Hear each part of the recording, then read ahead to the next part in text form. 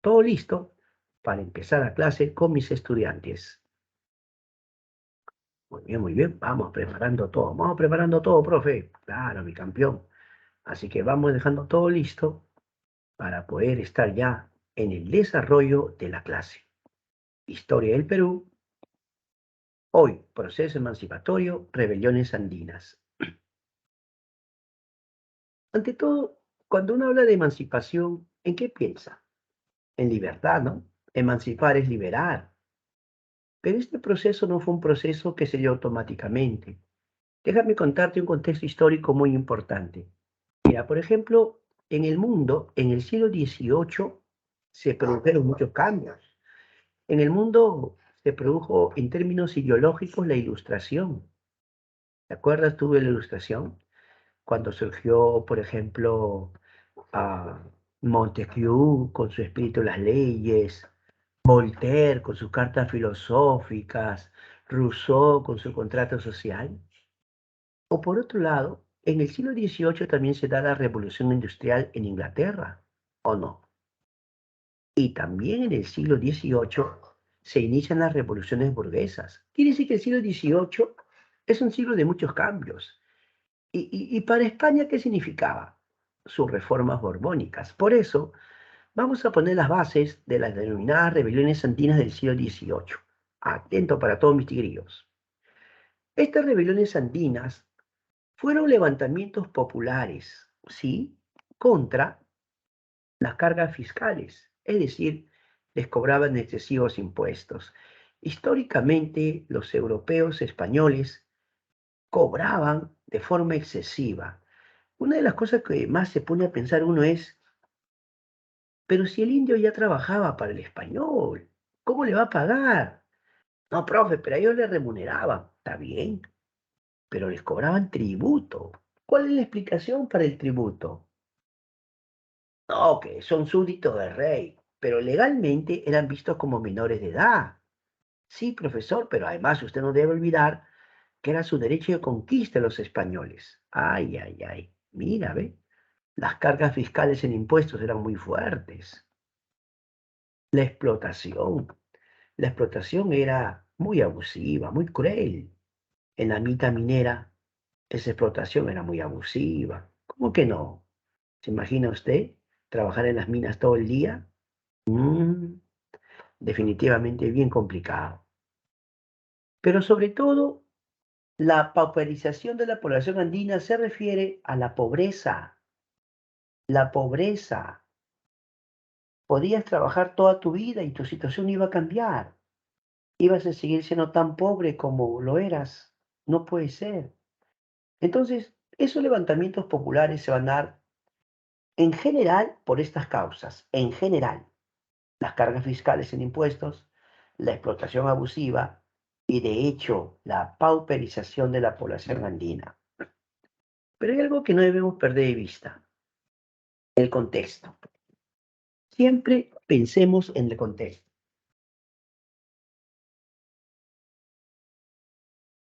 En el siglo XVIII, en el Perú, se sentían los efectos de las reformas borbónicas, ¿o no? Hace un momento te comenté que en el mundo, ojo, en el mundo, ya habían estallado, por ejemplo, movimientos ideológicos, tecnológicos y, ¿por qué no?, revoluciones burguesas. ¿No te imaginas cómo se sentía España frente al cambio que se daba en el mundo? España durante el siglo XVI y siglo XVII había sido una potencia impresionante, pero ahora España estaba quedando relegada. ¿Por qué? Porque el mundo cambiaba, ya el mundo no, o sea, los imperios ya no iban a depender de explotar y extraer recursos. Ahora dependían de qué? Tecnología. Inglaterra no tenía las colonias que tenía España, pero empezó su revolución industrial. A España le iba a costar ceder posiciones. ¿En qué sentido? En el sentido de que poco a poco estos imperios como Inglaterra no iban a superar. Pero, profe, También usted no debe olvidar que con la influencia de la Ilustración, muchos pensadores, a través de las diversas escuelas, van a infundir ciertas ideas en la población. Pero quiero que te des cuenta de algo. Yo te estoy hablando de rebeliones andinas, no criollas. Esas reformas borbónicas, ¿cómo le pueden haber afectado a los indígenas? Porque a los criollos sí les afectó. Claro, por ejemplo, con las reformas borbónicas, a los criollos le quitan influencia. Se determinó que más poder debían tener los peninsulares. Pero tú no te olvides que muchos eran caciques, hablando en términos indígenas. Un cacique es un noble, pero un noble que gozaba de privilegios. Privilegios a la propiedad, incluso a los negocios. Claro, los caciques gozaban de privilegios. Entonces, cuando hubo reformas borbónicas, alguna forma se vieron afectados, claro, porque con la reforma borbónica suben los impuestos. Por ejemplo, un impuesto que va a subir el alcabala, o no, ya pues un impuesto comercial. Por otro lado, van a surgir discursos milenaristas y mesiánicos. Profe, me va a disculpar, no sé qué está hablando. Cuando hablamos de milenarista, es porque la fe católica, la fe va a influenciar en el mundo andino. Muchos van a ver, por ejemplo, en el llamado sincretismo, ¿no? El sincretismo es cuando se mezcla la fe andina con la fe católica. Así que algunos hablaban de un reino milenario de Cristo, pero lo veían pensando en sus dioses andinos. Algunos pensaban, o sea, algunos caciques que adoptaban la fe cristiana, y por ejemplo el caso de Juan Santos Atahualpa, ellos creían también en Padre, Hijo, Espíritu, también creían en eso, ¿ah? En serio. Y hablaban acerca de un reino milenario, reino de 1000 años de Cristo, ¿no? O sea, ¿por qué? Porque ya estaban de alguna forma evangelizados y hablaban también de movimientos mesiánicos. Mesías es un salvador, ¿o no? Ellos ya veían entre la misma población andina que surjan caudillos que los liberen. O sea, ellos imaginaban que algún día habría un caudillo, un líder que los iba a liberar. Por eso es que Juan Santos Atahualpa, Tupac Amaru II, también van a ser vistos de esa forma, como sus líderes, caudillos. Ellos creían en esas ideas de que también podían ser salvados. Pero ¿por qué alguien espera a un Mesías o un Salvador? Si lo comparamos con la cultura hebrea, en la cultura hebrea, ¿por qué esperaban un Salvador? Porque los egipcios oprimían a los hebreos, ¿te acuerdas? Y luego ellos son liberados. Igual en el mundo andino, ellos también esperaban ser liberados de esta opresión. De ahí porque hablamos de que van a surgir también movimientos mesiánicos. ¿De acuerdo? Pensando en eso, pasamos ahora a otro punto. La rebelión de Juan Santos Atahualpa, de 1742 más o menos a 1752 aproximadamente. Ahí está Juan Santos Atahualpa. Juan Santos Atahualpa va a ser un líder nativo, que va a llevar a cabo una rebelión bien interesante, pero en la selva, ya, en la Amazonía. Él no se revela en la sierra ni en la costa. Es una rebelión selvática. Pero ¿sabías que antes de él, de verdad, antes de él, hubo rebelión de los famosos caciques Torote? Fernando e Ignacio Torote van a ser los primeros que se van a sublevar en la selva central. ¿Sabías tú eso? Y ahora podemos decir, ¿por qué la selva, profe? ¿La selva va a ser el foco de las rebeliones? Lo que no debes perder de vista, mi querido estudiante, es que con el ánimo de difundir la fe cristiana o católica, La iglesia mandó diversas órdenes religiosas a evangelizar a la selva. Se le llama las misiones. Por eso a los sacerdotes que iban a la selva decían misioneros. En esa zona, sobre todo los misioneros más importantes van a ser los franciscanos, ¿no? La orden religiosa católica de los franciscanos. Ahí van a estar. Cuando ellos fueron a predicar la fe cristiana, posiblemente pueblos nativos los rechazaban. Pero con el paso del tiempo, muchos pueblos andinos también aceptaron esta prédica, ¿no? También la aceptaron. Pero nos preguntamos nosotros sobre Juan Santos Atahualpa. Él viene después, mira, Juan Santos es 1742. Los caciques torotes son 1724. Interesante, ¿no? Pero, ¿qué cosa nos enseña esto? Que las rebeliones andinas no comenzaron en Lima, en la costa. A veces algunos relacionan el proceso de independencia con Lima, ¿no? Con la llegada de San Martín. De ahí por qué hablarte de este tema es importante, porque aparte que tener el prospecto para que tengas un panorama más claro de cómo fue el proceso de independencia. Creer que el proceso de lucha por independencia comenzó con San Martín es un error garrafal. San Martín, ¿sabes cuándo vino? En 1820. ¿Y de qué época te estoy hablando ahorita? De 1724, cuando los caciques torotes se van a enfrentar a los sacerdotes franciscanos.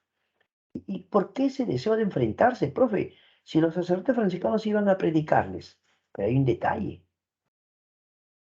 hacían sus parroquias, sus haciendas, sus ciudades. Entonces la población nativa, ¿qué entendía? Ellos han venido a predicarnos, pero también a colonizarnos, a quitarnos nuestras tierras. Así lo veían ellos. Ellos decían, ellos me hablan de que el amor a Dios, que Cristo, y luego me están haciendo trabajar en sus tierras. O sea, al final yo trabajo para Él. Eso era lo que muchos nativos empezaron a rechazar. Por eso Fernando e Ignacio Torote, digamos que son los precursores de las rebeliones en esa zona. Si bien es cierto, de ellos tenemos muy poca información, déjame contarte que sobre ellos hubo una pregunta de admisión. Palabra. San Marcos preguntó no hace muchos años acerca de la rebelión de los hermanos Fernando e Ignacio Torote. Bueno, en realidad es Fernando el padre e Ignacio el hijo. ¿Ah? Fernando era el padre e Ignacio era su hijo que siguió peleando después de su padre, por supuesto. Ahora sí, vamos a centrarnos en Juan Santos Atahualpa, ¿ya? Ahora sí nos centramos en él. El otro era su antecedente. ¿Dónde se subleva Juan Santos Atahualpa? En la selva central. A esa zona, algunos lo conocen como el Gran Pajonal. Pero ahora, Juan Santos Atahualpa también ha sido pregunta de admisión ya varias veces. Claro. Y en cierta ocasión preguntaron acerca de la ubicación o el escenario geográfico donde él luchó. ¿Él dónde peleó? Él peleó en la zona del Perená y Cerro La Sal. ¿Qué, profe? Claro, para tu curso de geografía tal vez es más conocido, ¿no? Hablar de la zona del Perené, Cerro La Sal, pero tú tranquilo, esta es la selva central. ¿Qué zonas va a abarcar eso? ¿Qué zonas va a abarcar? Como tú ves en el pequeño mapa, ya, en el pequeño mapa, puedes notar que es una área de la selva, ¿no? Toda esta área de la selva, que podría comprender qué zonas más o menos, profe. A ver, vamos a ver qué zonas podría comprender. Junín, Huánuco y Pasco. Junín, Huánuco y Pasco. A ver, ¿tú conoces Junín? A menos, no me digas que porque habito por internet, que te han contado. De repente has viajado con la familia. De repente has ido a Chanchamayo, a Satipo, La Merced, San Ramón. De repente conoces, pues, ¿por qué no? Si conoces, sabes que Junín es bien curioso. El territorio peruano es impresionante. Tiene selva y tiene sierra, ¿sí o no? Claro. Junín Sierra ya es Huancayo, Jauja. Ese es Junín Sierra, pues. Pero Junín Selva, Chanchamayo, Satipo, La Merced, parte de Tarma, ¿sí o no? Claro. Huánuco, Huánuco tiene Tingo. Tingo María, ¿sí o no? Ahí está Tingo, ¿sí o no? Y Pasco. Pasco tiene Oxapampa, Posuso, Villarrica, ¿no? Villarrica. ¿Qué te quiero decir con esto? Que ese va a ser el escenario. ¿Tú cómo te muestra el pequeño mapa? El escenario donde va a pelear Juan Santos. ¿De acuerdo? Ya. Ahora, ¿cuáles son las causas? ¿Por qué se subleva Juan Santos? ¿Qué lo motivó? ¿Será la misma razón que los caciques Torote? ¿Será la misma? Uno, el abuso de las misiones franciscanas. Puede sonar esto fuerte, porque de repente algunos digan, profe, ¿cómo va a decir eso? Si ellos iban a predicar, enseñaban la fe cristiana, profe, ¿cómo puede decir eso? Bueno, ellos lo sintieron así, porque la rebelión es de Juan Santos. Entonces, Juan Santos y los nativos de la zona expresaron su rechazo a esas misiones franciscanas, porque entendían que los estaban colonizando. Ellos sentían que los españoles, aún así los sacerdotes, les estaban quitando sus tierras. Vuelvo a repetir, para construir sus parroquias, sus haciendas, sus ciudades. De hecho, los sacerdotes tenían que tomar territorios. Entonces, la población selvática de esa zona sentía que el objetivo de los sacerdotes, más que enseñarles la fe, era colonizarlos. También había la mita de la sal. Como tú sabes, la mita no solo en las minas, hay mita diversa. Hay mita de plaza, en obras públicas, mita de tambos, en los alojamientos, mita obrajera, textiles, mita minera, que era la más conocida, la mita minera, y también mita de la sal. Trabajos en eso. Pero también va a haber un rechazo a la presencia española por las epidemias, porque de hecho la presencia española también significaba que traigan sus enfermedades. Tal vez el español nunca se lo propuso, pero sin querer queriendo trajo su influenza, su sarampión, su varicela, su viruela, enfermedades desconocidas para el mundo andino. Y de hecho, pues, la selva también se va a ver afectado. En general, las enfermedades europeas afectaron a la población peruana. La población peruana va a disminuir o va a tener una caída demográfica, pues, digamos, la población andina. ¿Por qué? Por efectos de estos virus que venían y bacterias que no habían en Perú, pues, y que trajeron los europeos. Entonces, en la selva también sintieron los efectos.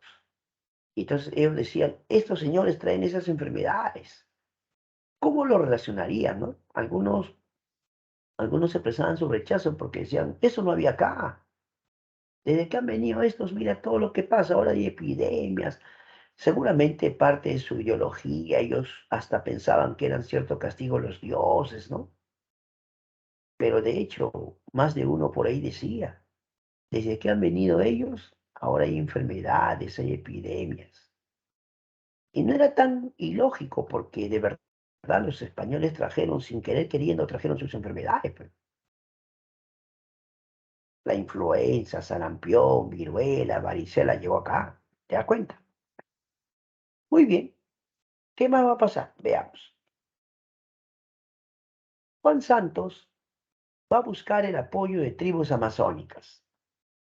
Va a buscar el apoyo de los ashancas, de los piros, de los maxiguengas, de los yaneshas, los amahuacas.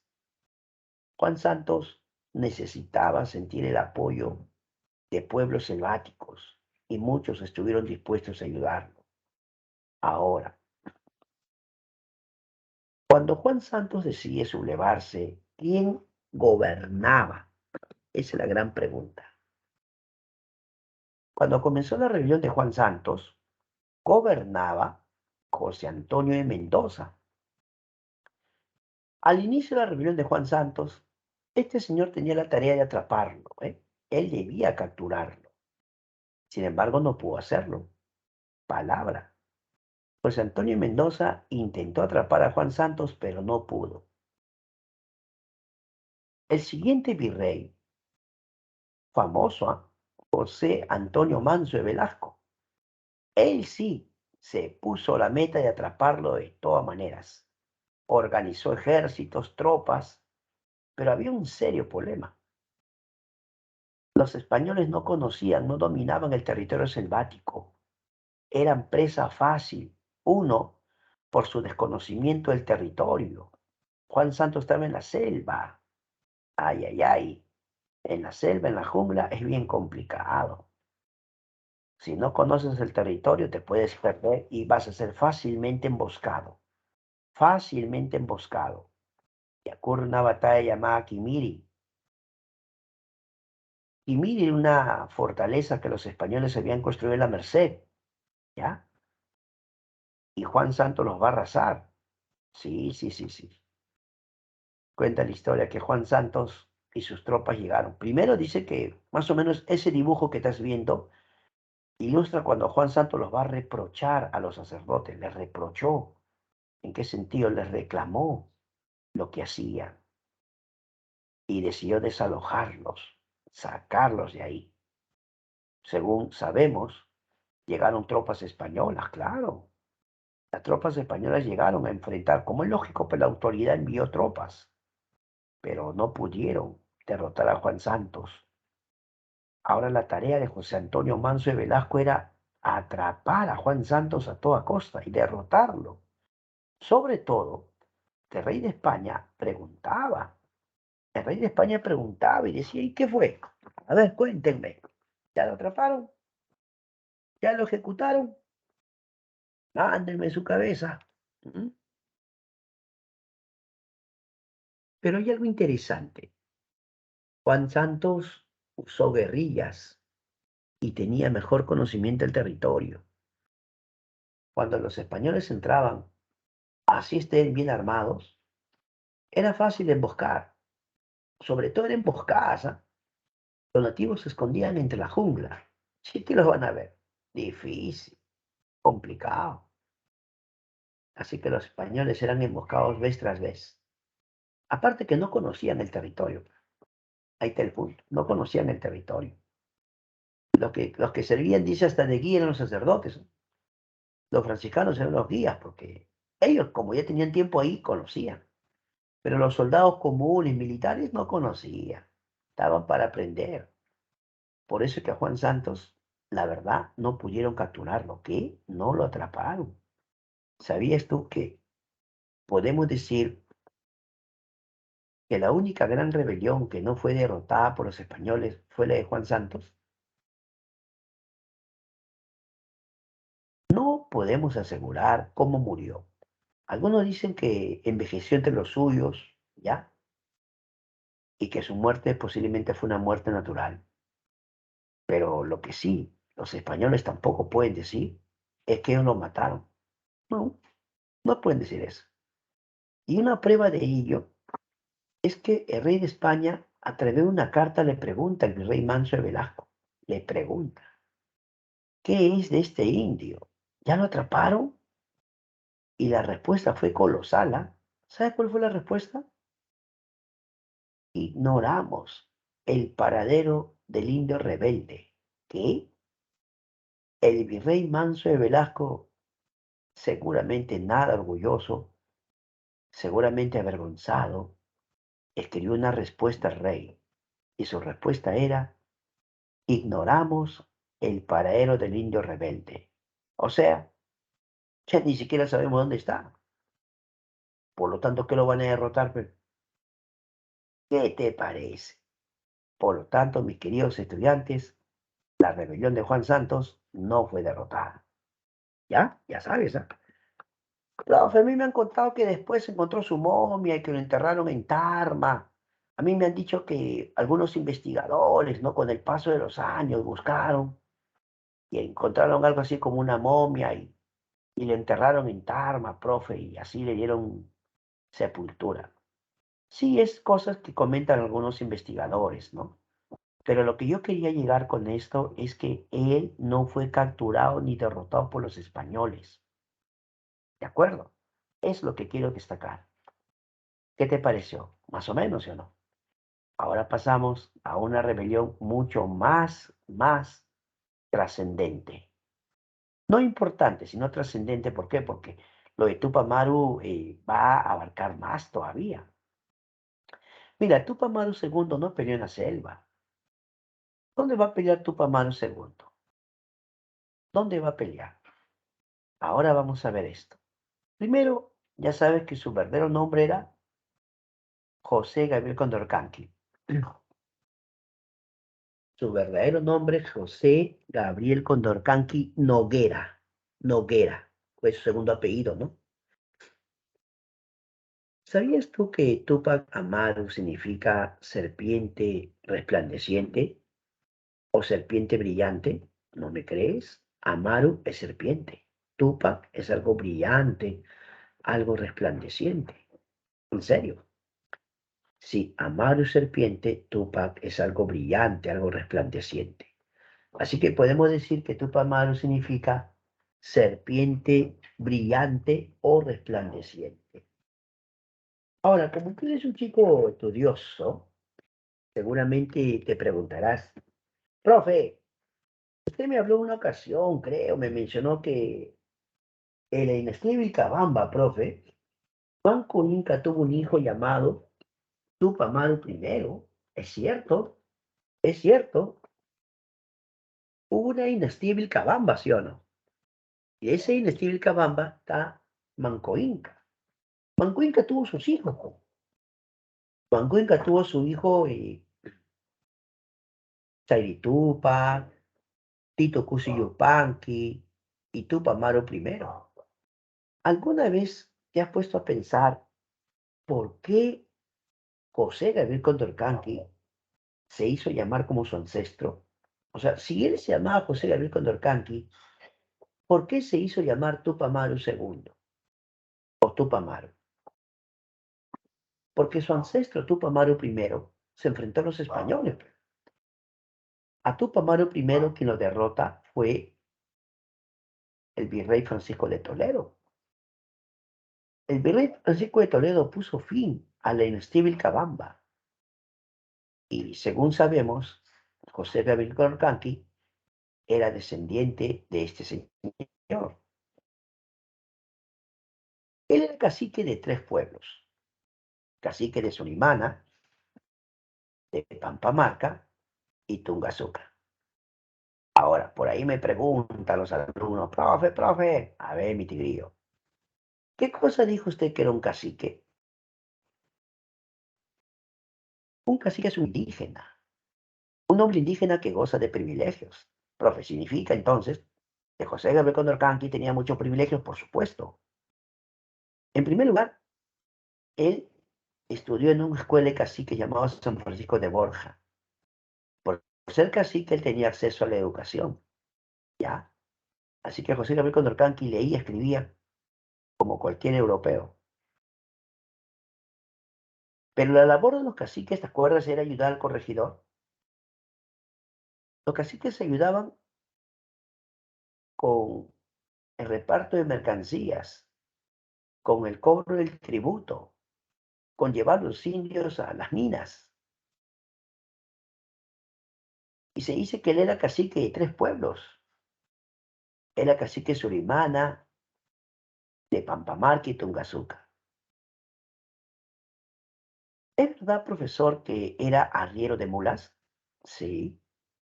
Profe, ¿qué significa ser arriero de mulas? Cuando usted veía pasar a comerciantes con 20, 30 mulas, las mulas, por ser visto como animales de carga, de hecho llevaban bastante mercancías, ¿no? Tú veías pasar a un comerciante con 20 mulas, te quedabas impresionado, ¿no?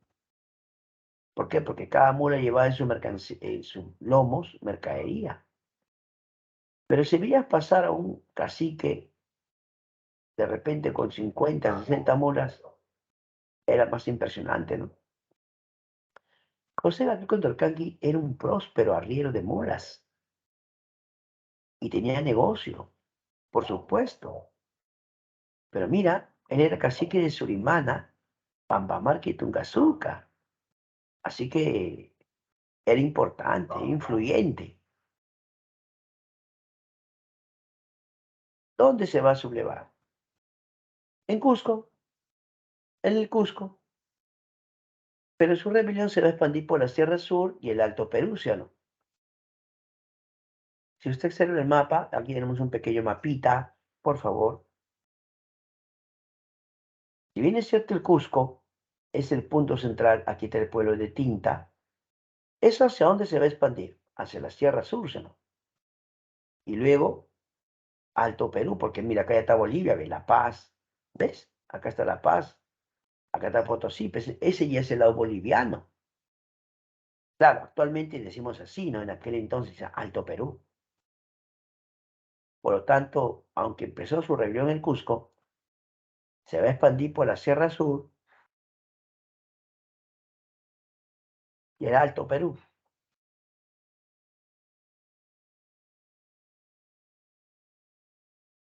Ahora nos preguntamos, ¿cuáles fueron las causas de la rebelión? ¿Por qué se revela José Gabriel Condorcanqui? Uno, la explotación a través de la mita de Potosí. Muchos pueblos eran oprimidos a través de la mita. Y algo bien curioso es que para el siglo XVIII, ya con la reforma borbónica, tú sabes, ya justamente para la etapa de Tupac Amaru II, ya va a haber pues la creación de un nuevo virreinato, ¿no? El virreinato de Río de la Plata. Tú sabes que con el tiempo el virreinato de Río de la Plata va a absorber a la audiencia de Charcas que tenía Potosí y a Buenos Aires. Entonces muchos seguían siendo explotados en Potosí, ¿no?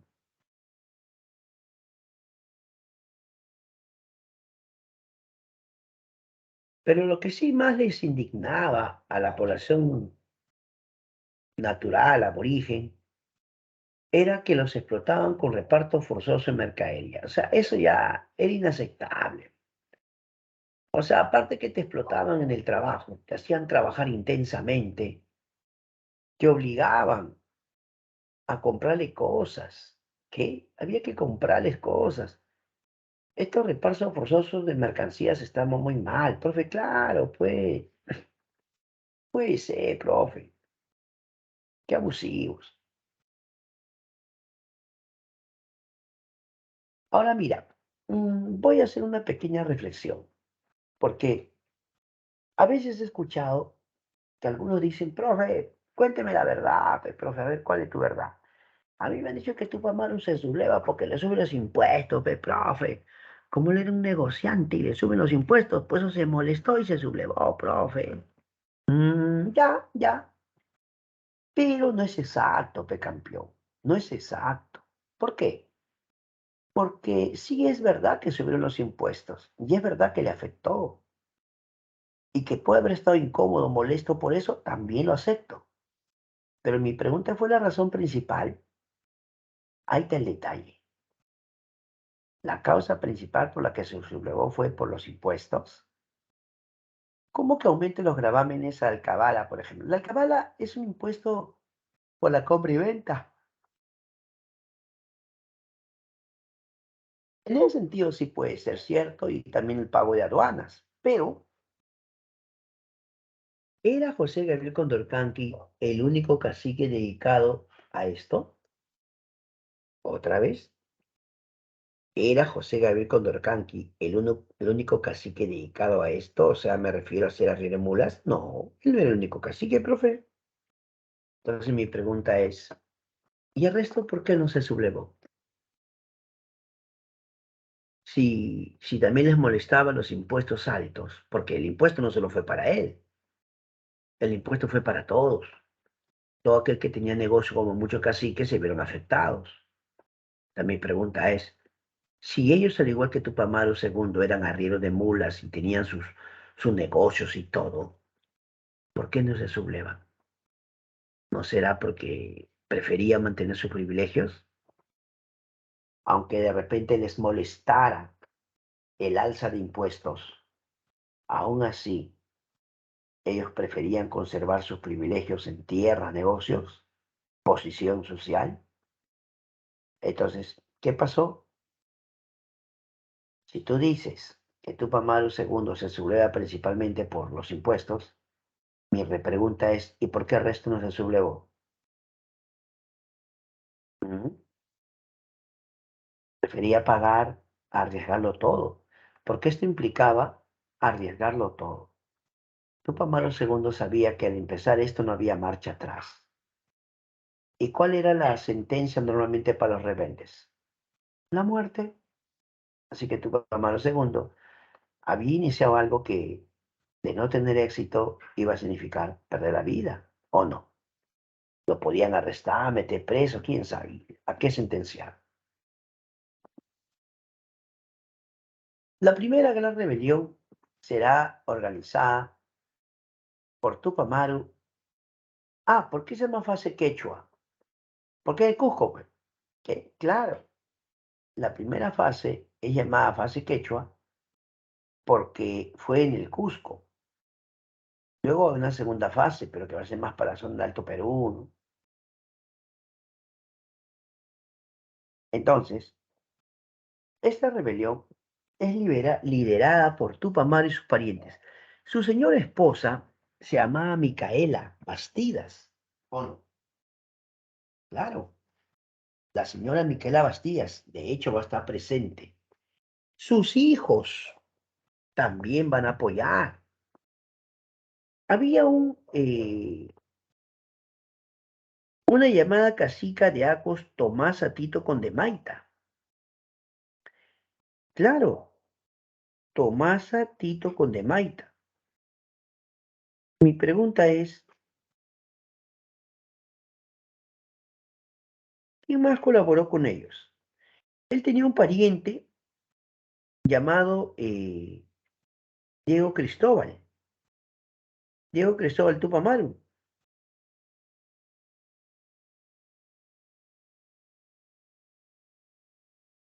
Claro, ¿no? También había un moreno llamado Oglitas. Pero uno de los que va a continuar la lucha después de la muerte de Tupac Amaru, sobre todo en la zona boliviana, va a ser Tupac Katari. Tupac Katari. ¿Con qué comienza la rebelión? A ver, ¿qué marca el inicio de la rebelión? La captura y ejecución del corregidor Arriaga. Según dicen, esto se va a dar cuando Tupac Amaru le comenta a sus hombres que para acabar con este problema debían acabar los corregimientos. O sea, uno de los que causaban más problemas a la porción andina eran los corregidores, ¿sí? Así que la pregunta es,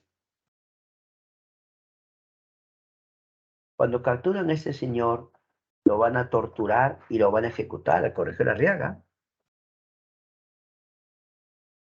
Esta rebelión, en un primer momento, tuvo una retórica reformista y antifiscal.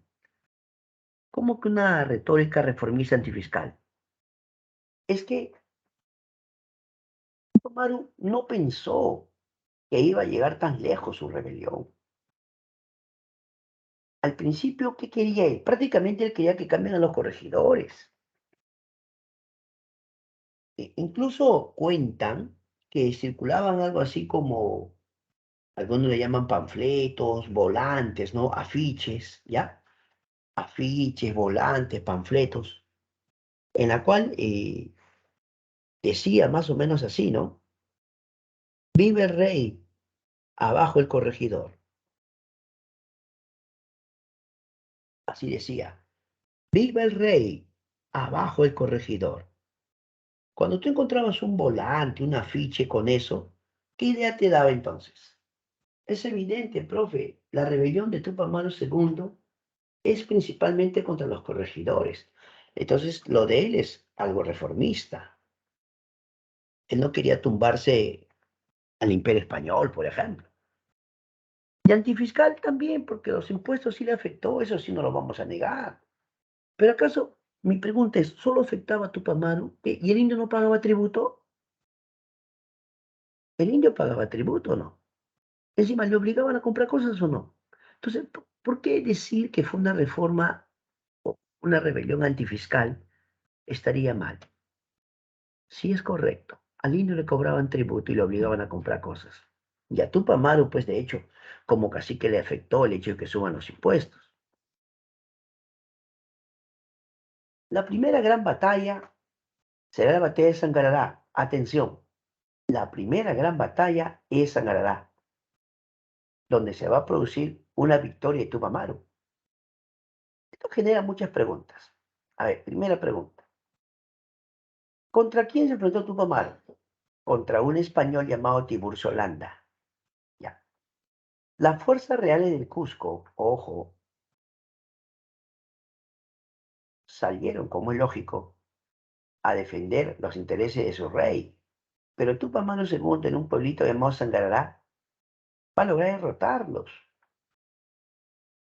Los españoles están de verdad impresionados, porque ellos no eran militares entrenados, muchos eran campesinos.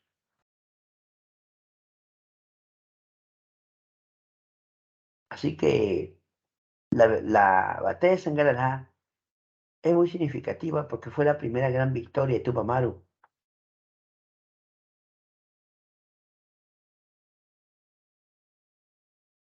¿Quiénes estaban en o quiénes eran autoridades en el Perú, no? Por ejemplo, el virrey era Agustín de Jáuregui.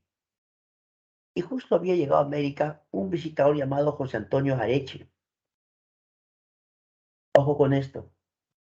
Un funcionario colonial importante era el visitador, ¿ya? El visitador José Antonio Areche era el funcionario más importante. ¿Por qué? Porque a él lo enviaba el Consejo de Indias.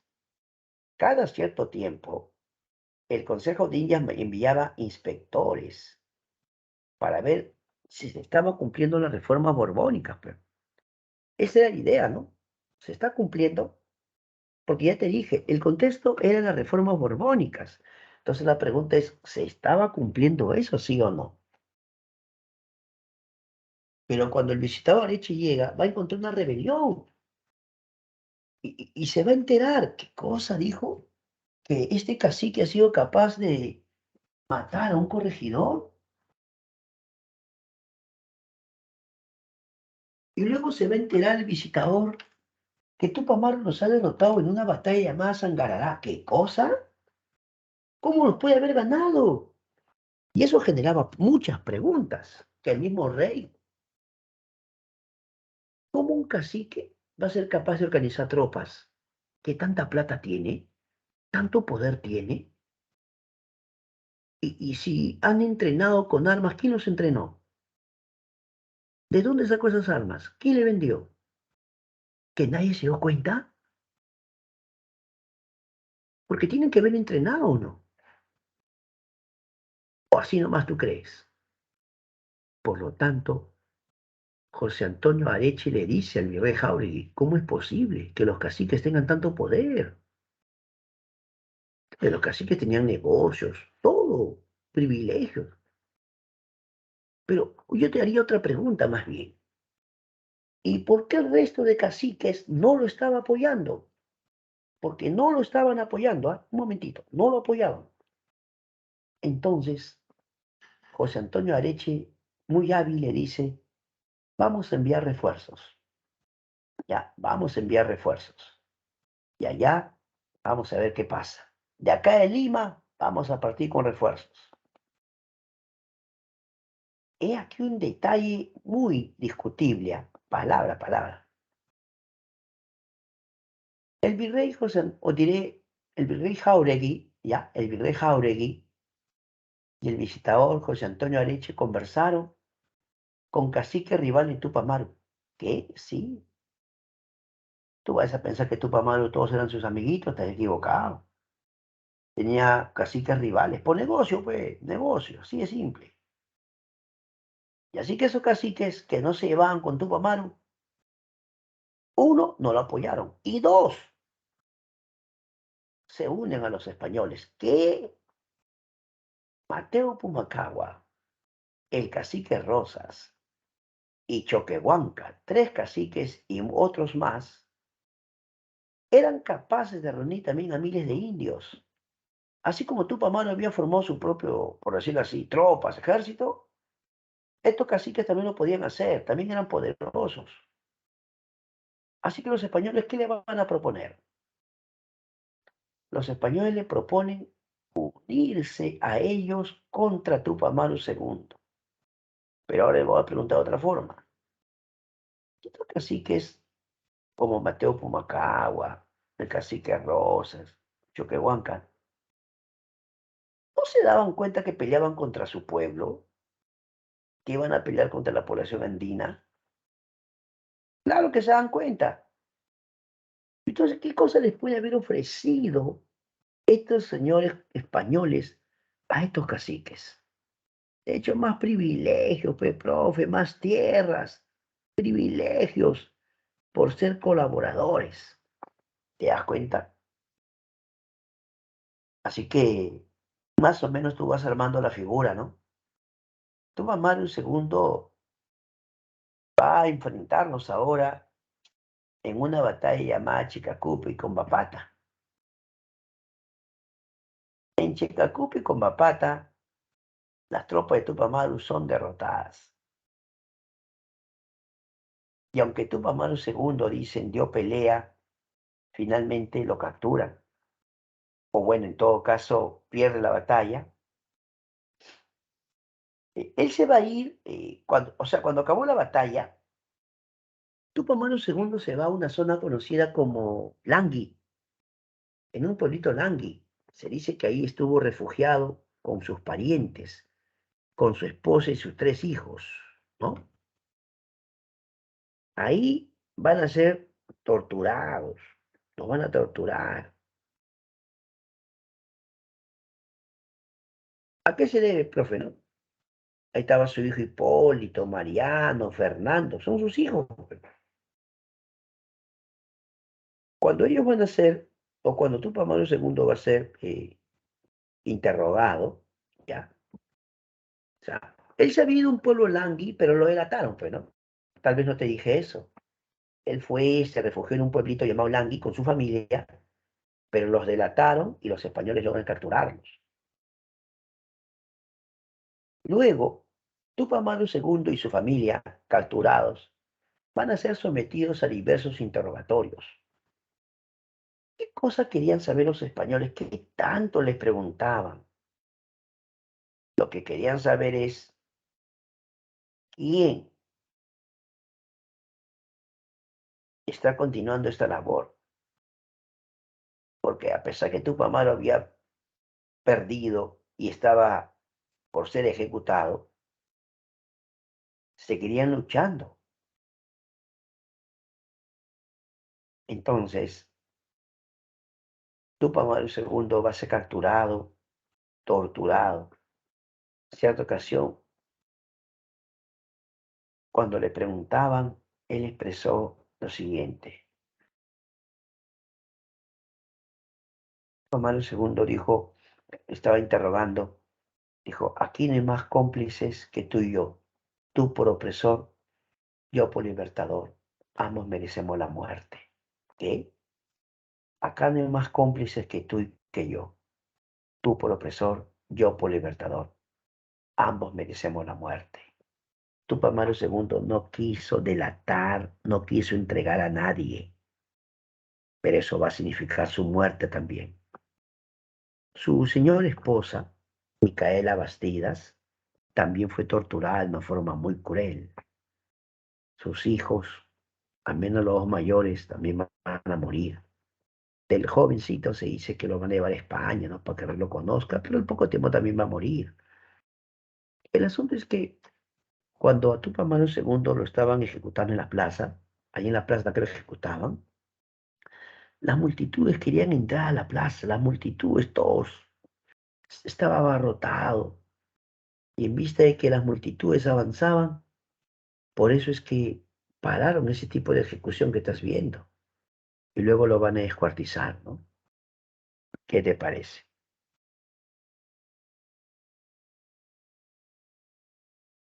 A pesar que Tupac Amaru ya estaba muerto, viene la segunda fase, se llama la fase Aymara, porque eso se va a pelear seriamente en la zona de Puno y Bolivia, pues, ya, Puno y Bolivia. Tupac Katari es el líder. Él era muy amigo, cercano de Tupac Amaru, claro. Y Diego Cristóbal Tupac Amaru era algo así como su sobrino, era un pariente. Ya. No se especifica exactamente, pero se dice que Diego Cristóbal sí era familia de José Gabriel Condorcán, que era su pariente.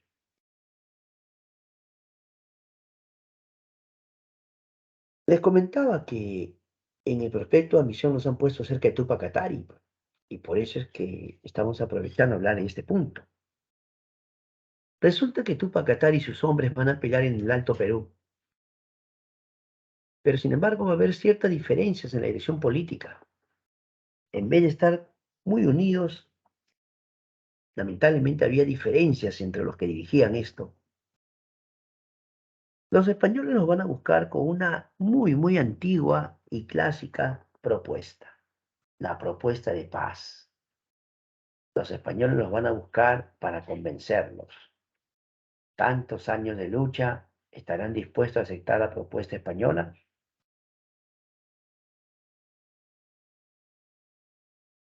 ¿Qué dices?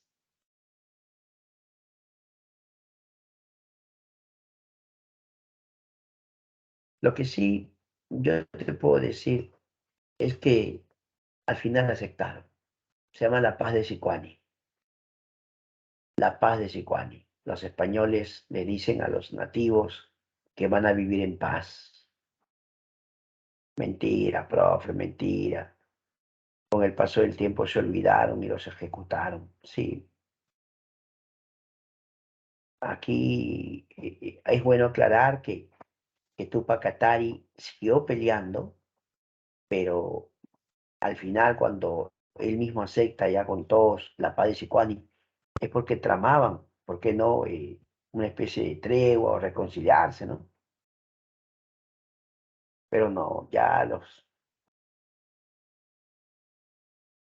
la cosa no se puede detener.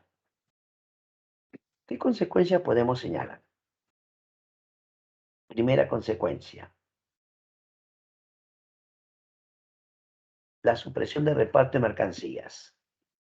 Los españoles se dieron cuenta que una de las cosas que más rechazaban los pobladores andinos era que les obliguen a comprar cosas. Les obligaba a comprar cosas que tú no querías, no habías solicitado, ¿sí?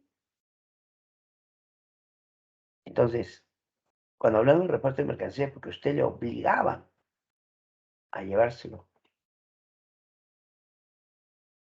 Pero también se van a eliminar los corregimientos. Ojo, se eliminan los corregimientos. ¿Acaso no es lo que quería Tupac Amaru II? ¿Acaso cuando empezó su rebelión no fue contra los corregimientos? Y una prueba de eso es que cuando comenzó la rebelión, ¿con qué comienza la rebelión? Con la captura del corregidor Arriaga, ¿sí o no? Ahí está, pues. Entonces, si lo vemos en términos de resultado final, su objetivo era acabar con los corregimientos y lo logró. Ah, no, claro. Carlos III, rey de España, lo cambia, pero le pone otro nombre, pues. Intendencias. Pero, profe, no era lo mismo. No es exactamente lo mismo. ¿Por qué? Porque como tú ves en el mapa, mira el mapita que está acá, surgen las intendencias, pues. ¿Cuántas intendencias eran? Eran 8. ¿Logra distinguirlas? En el mapa se ve. Ahí tienen 2 con T, Trujillo y Tarma. 2 con H, Huancavelica, Huamanga. Ve, Trujillo, Tarma. Huancavelica, Huamanga, ya van 4 ya. Lima, Cusco, Arequipa. Lima, Cusco, Arequipa. Y Puno, 8. ¿Cuántas intendencias se establecen? 8 intendencias, profe. Correcto. Entonces, las intendencias también son creación o es una consecuencia de la rebelión de Tupac Amaru II. No pienses que esto pasó desapercibido. Los españoles, como el mismo rey Carlos III, se dieron cuenta que esta rebelión sí había sido importante, ¿ah? Y precisamente, ¿dónde se quejaban los indios de la explotación? Era en el Cusco. y el Tribunal de Justicia estaba en Lima. El Tribunal Judicial estaba en Lima, pues la Real Audiencia. Entonces, para alguien que se subleva en el Cusco, querer que me hagan justicia en Lima, ¿qué te van a hacer justicia, pues? Por lo tanto, el rey Carlos III decidió crear un tribunal de justicia para el Cusco, ¿eh? Un tribunal judicial para el Cusco. Qué interesante, profe, claro. Así nace la audiencia de Cusco, ¿ya? ¿Sabías tú que también se prohíbe la lectura de las obras del Inca Garcilaso de la Vega? También se prohíbe leer los comentarios reales. Franco, ¿por qué se prohíbe, profe? ¿Qué tiene que ver? Tiene mucho que ver, porque los caciques sabían leer y los caciques se nutrían del conocimiento español. En este caso, las crónicas, como la de Garcilaso, hablaban del Imperio Incaico, pe. Y se dice que, claro, según los españoles, eso les hacía recordar su glorioso pasado. Aunque tú no lo creas, otra de las cosas que los españoles piden es que los nativos ya no se vistan con su ropa típica tradicional. ¿Qué cosa? Consideraban que vestirse así preservaba la memoria de sus ancestros y les hacía anhelar que vuelva a su imperio incaico. Así que el español llegó al extremo de prohibirles que vistan con su ropa típica de sus ancestros. ¿Qué le parece? ¿Qué le pareció el tema? A mí me gustó. ¿Ah? Muy bien. Voy a dejar de compartir. Dejo de compartir. Claro, petigrío, ¿ves? Este tema es un tema especial para todos mis tigres. Pero ahora este tema especial también tiene que ser evaluado. Pero lo justo es lo justo, lo justo es lo justo. Así que ahora vamos a... Qué bueno, me alegra que les haya gustado. Estaba un poco preocupadito. Dije, ¿cómo van a reaccionar mis alumnos? Pero veo una buena respuesta. Porque es un tema de prospecto de admisión. Y tú tienes que tener curso completo. Ese es el objetivo. Siempre pensando en ti. Ahora sí, vamos al examen diario, profe. Quiero dar mi examen. A practicar mis tigrillos, por favor. ¿Ah? A practicar. Todos practican. Acá nadie se queda sin practicar. ¿Ah? Vamos, vamos, vamos, mis queridos estudiantes. Toditos a dar su práctica. Ya está tu examen esperándote ahí, ¿ves? Está activo el examen. Ah, ya puede dar su examen ya. Todos, todos. 10 minutitos, no esperes última hora. Bueno, a dar su examen, ¿ah? Ya tengo una respuesta, ¿ve? Y le he ido recontra bien, ¿ah? Felicitaciones, felicitaciones. Muy bien, gracias, gracias. Ahí a dar su examen, a su examen.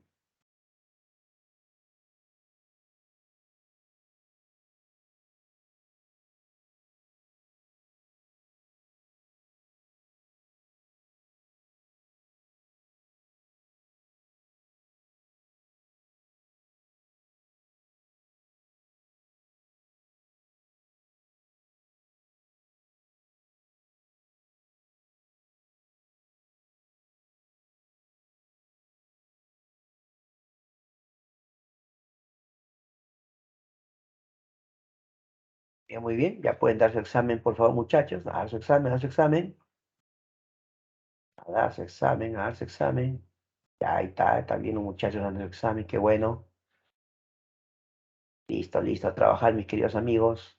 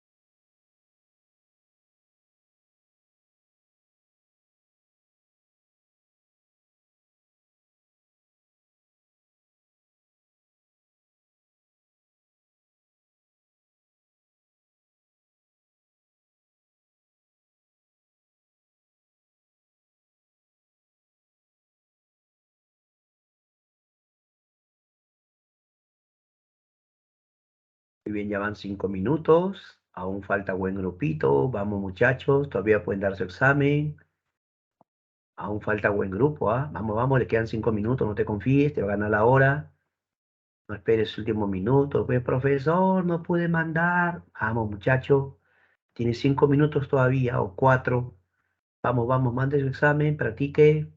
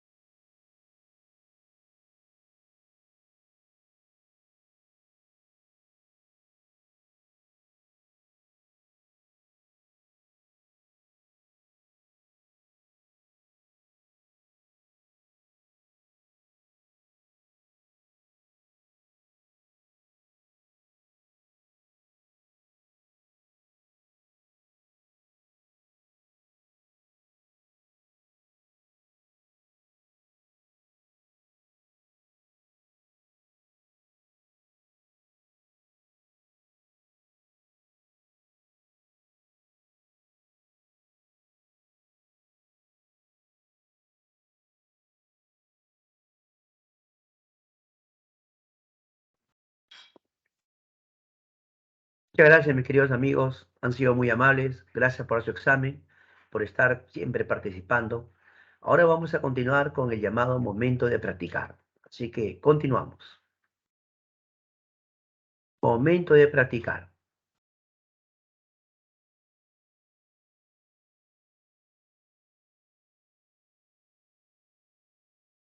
Listo, ya estamos.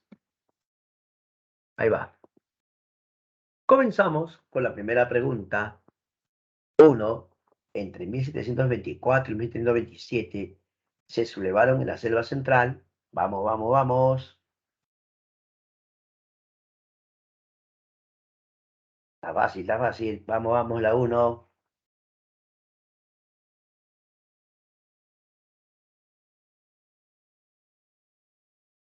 ¿Cuál es contestado? Claro. Los caciques Torote, Profe, Fernando, que era el papá, e Ignacio, que era el hijo. Sí, ellos continuaron luchando, ¿no? Claro. Los caciques Torote, listo, la C. Vamos, la dos. El movimiento de resistencia indígena que logró unir a las diferentes etnias amazónicas estuvo dirigido por... ¿Quién une a las diferentes etnias amazónicas? A ver, ¿quién fue? Pregunta dos, pregunta dos. Pregunta dos. El movimiento de resistencia indígena que logró unir a diferentes etnias amazónicas estuvo dirigido por Juan Santos, profe. Correcto, la B. Juan Santos Atahualpa para todo el mundo. Pregunta 3. Centro de Operaciones de la Sublevación de Juan Santos Atahualpa. Centro de Operaciones de la Sublevación de Juan Santos Atahualpa. Tiene ese Callejón de Huayla, la Meseta de Intiorco, el Cañón del Colca, el Gran Pajonal, la cuenca del Río Grande. ¿Te acuerdas o no? ¿Qué zona es? ¿Qué zona? Si te dije, si te he dicho, sabes, ¿ah? El Gran Pajonal, profe. Muy bien, el Gran Pajonal. También te comenté que abarcaba la zona del Perené y Cerro La Sal, ¿sí o no? ¿Y qué departamentos dije que abarcaba? Junín, Huánuco, Pasco, ¿sí o no? Claro. Por lo tanto, la 3, la D, doctor, la D, doctor. Vamos a la 4, vamos a la 4. En el siglo XVIII, en los reinos americanos bajo dominio español, se observaron gran cantidad de movimientos de protesta social que fueron desde demandas legales hasta acciones armadas. Una de las más importantes fue la rebelión de Juan Santo Atahualpa, la cual tuvo entre sus causas, a ver qué dices,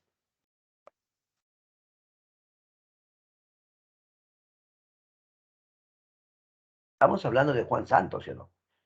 Si hablamos de Juan Santos, ellos rechazaban qué cosa, qué no querían, rechazaban la presencia española a través de la colonización. Ellos sentían que los estaban colonizando, le estaban quitando sus tierras.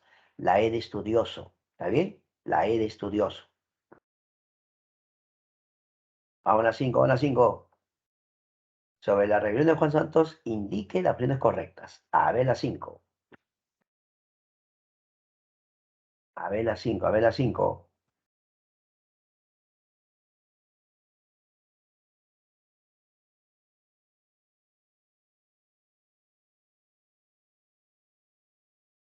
Vamos, vamos, vamos, vamos.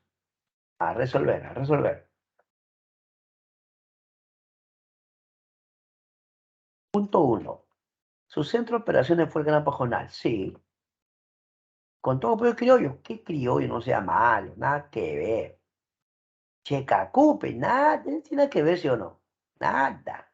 Toledo, no, nada. ¿Te das cuenta que la única es la uno? ¿Sí o no? La única. La B, solo uno. Listo. Vamos a la pregunta 6. Vamos a la 6. Aún en 1551, el nuevo virrey tampoco pudo capturar a Juan Santos. Mira, ve, tampoco pudo, dice. ¿Quién, pues? ¿Quién tampoco pudo atraparlo? Y la respuesta es José Antonio Manso de Velasco. ¿Está bien? José Antonio Manso de Velasco. La respuesta la B de bueno. Y vamos a las 7. Vamos a las 7. No nos gana nadie. Vamos a las 7. De la siguiente relación de acontecimientos históricos que corresponden a la reunión indígena, establezca el orden cronológico correcto. A ver, amigo, establece un orden cronológico correcto. Vamos, vamos, vamos. Vamos, vamos, vamos.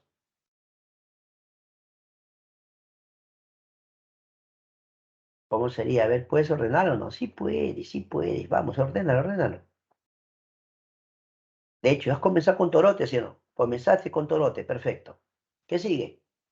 Que miren, bueno, algunos escriben con K, no hay problema. 2, 1. 2, 1, ya está, pe. 2, 1, ¿qué sigue? 2, 1, ¿qué sigue? Primero lo atrapan a Arriaga, ¿sí o no? 2, 1, 3. Ya está. Y la última sangrará. 2, 1, 3, 4. La A. ¿Está bien o no? Claro, P, 2, 1, 3, 4. La A de abogado. Y vamos a la 8.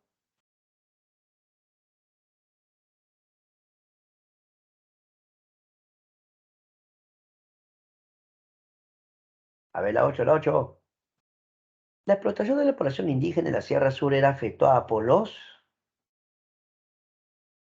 mediante organismos como precios elevados. Los corregidores, profe, los corregidores. Y los obligados por los repartos forzosos, profe. Los corregidores, la respuesta a la E, la respuesta a la E. 9. Piensa bien tu respuesta. El factor principal por el cual no pudo triunfar la rebelión de Tupac fue. Uy, uy. La 9, la 9, la 9. Factor principal por el cual no pudo triunfar la rebelión de Tupac.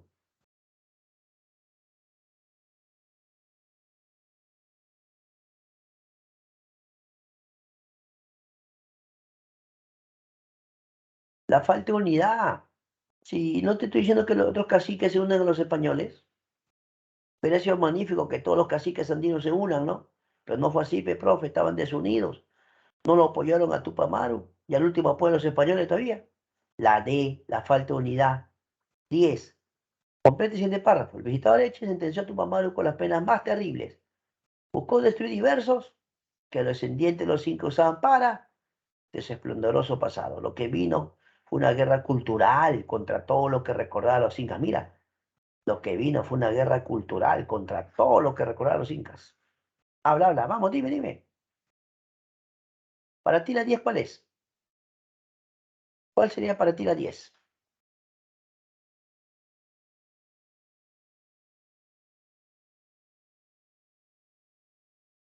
Y la respuesta correcta es la letra A. Elementos de indumentaria perpetua la memoria, presiono. La 10, la A de abogadito. Y con esto terminamos esta parte y vamos ahora al momento de preguntar. Al momento de preguntar. Y acá te viene en el chat que los chicos han mandado su respuesta. Por ejemplo, ha mandado su respuesta Camila Lisbeck, Mary Joy, ya, Yesenia, Jimena, Fabián. Ahí están los muchachos. Gracias al amigo Darwin Mendel, también presente. Mary Joy, Britney, también Britney. Alison también está ahí con sus respuestas. Fabián Vilches también ha mandado sus respuestas. Ariana y todos los muchachos que han mandado sus respuestas, como siempre, muchas gracias. Joel también está ahí. Y ahora quisiera que me hagas preguntas de este tema o temas anteriores. Como que ya tienes tus exámenes, entonces mejor pregúntame, ¿variamos, sí o no? No, Fabián, es en plena reformas borbónicas, es durante. ¿Ya, Fabián? Lo de Tupac Amaru II es durante las reformas borbónicas, es paralelo. Y les cuento una mejora, ya que Fabián ha hecho una pregunta chévere. Fabián, en el mundo, ¿qué estaba pasando? Les mencioné ilustración, revolución industrial, revoluciones burguesas. Cuando Tupac Amaru se sublevaba, también estaba la independencia de Estados Unidos, pues. ¿O no? Es más, mira, ve, Tupac Amaru se subleva en 1780, ¿sí o no? Ya. Si bien es cierto, Estados Unidos había proclamado su independencia en 1776, aún le faltaba su batalla más importante, que era Yorktown. La batalla que define la independencia de Estados Unidos es la batalla de Yorktown. Aún faltaba esa batalla. Y Tupac Amaru estaba luchando. ¿Qué te parece? Pero, ¿sabe cuál es lo interesante de las rebeliones andinas? Que fueron mucho antes de las criollas. Las rebeliones criollas vienen después. San Martín, ya te dije, ¿cuándo llegó? 1820. Y los caciques Torote estaban en 1724, 1742, ¿sí o no?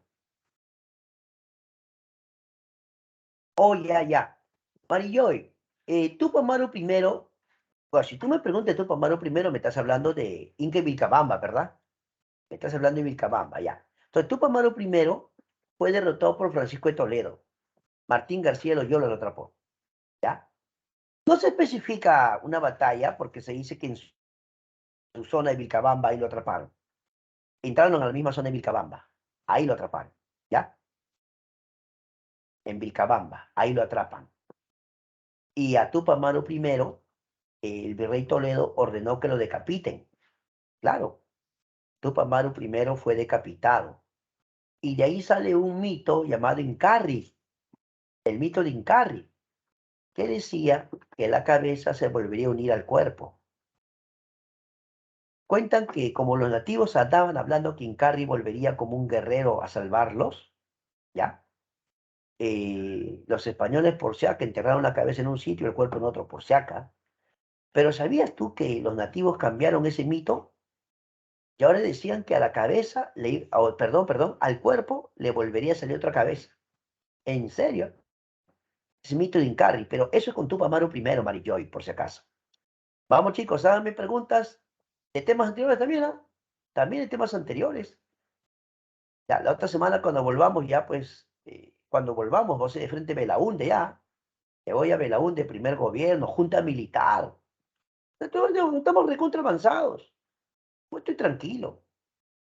La otra semana, ya cuando nos volvamos a ver, junta militar, Belaúnde y seguimos avanzando, mi tigríos. Ahora llegó el momento de que yo haga preguntas, ¿sí? Lo justo, pe tigrío. Ahora acá tengo mi banco de preguntas preparado para todos mis tigríos. Vamos a ver cómo te va, tigrío. Tienes que lucirte, por favor. Esta pregunta es una pregunta suave nomás, ¿ya? Para que no digas, profe, qué malo. No, no, no. Siempre cuidando la autoestima. Vamos a ver. Y esta pregunta para ti dice así.